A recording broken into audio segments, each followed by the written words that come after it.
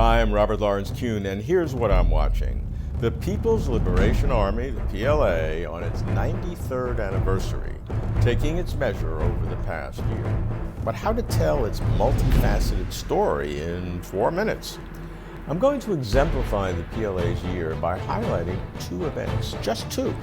The first, in January, was the PLA Navy commissioning its largest and most advanced surface warship, the Nanchang Guided Missile Destroyer.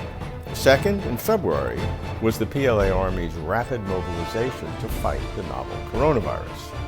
Experts say China's first 10,000-ton class Type 055 destroyer, the most powerful surface combatant in China's Navy other than aircraft carriers, marks the Navy's leap from 3rd to 4th generation.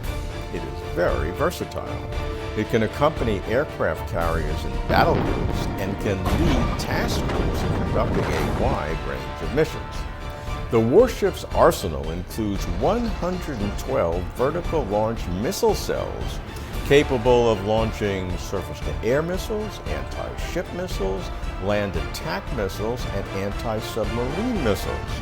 Observers say its commissioning reflects China's deep blue water strategy to safeguard, as they say, China's sovereignty, security, and overseas interests. When China's senior leadership, led by President Xi Jinping, learned of the human-to-human transmission, soon after Xi's directive to the Politburo on January 20th, Wuhan was put into lockdown and the PLA was called upon to shoulder its responsibility in the country's uphill battle to control the outbreak.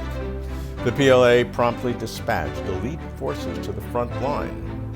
Its Joint Logistics Support Force, which oversees vast resources and supplies in the PLA's 5 theater commands, purchased 16 kinds of anti-epidemic and medical materials and set up a steady supply chain.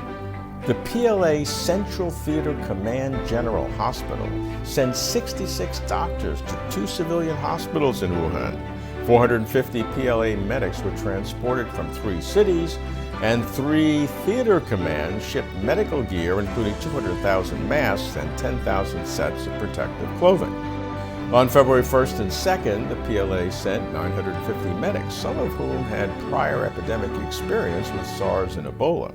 They were selected from hospitals in all 5 theater commands and transported to Wuhan by rail, bus, and air, including the PLA's Y-20 heavy transport aircraft.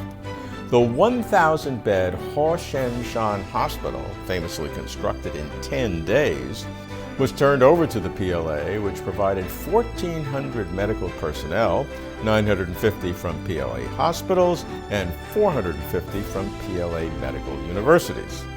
In mid-February, the PLA brought in an additional 2,600 medical personnel from all PLA services, drawn from 19 cities.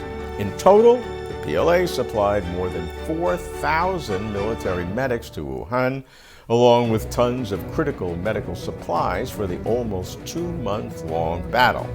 By early March, the PLA had operated 30 flights to move medics and medical necessities from across the nation and ran a transportation support team of 130 trucks to help provide daily necessities to the epidemic-stricken region. The PLA Guided Missile Destroyer represents China's growing military strength and will focus on contentious overlapping claims in the South and East China Seas.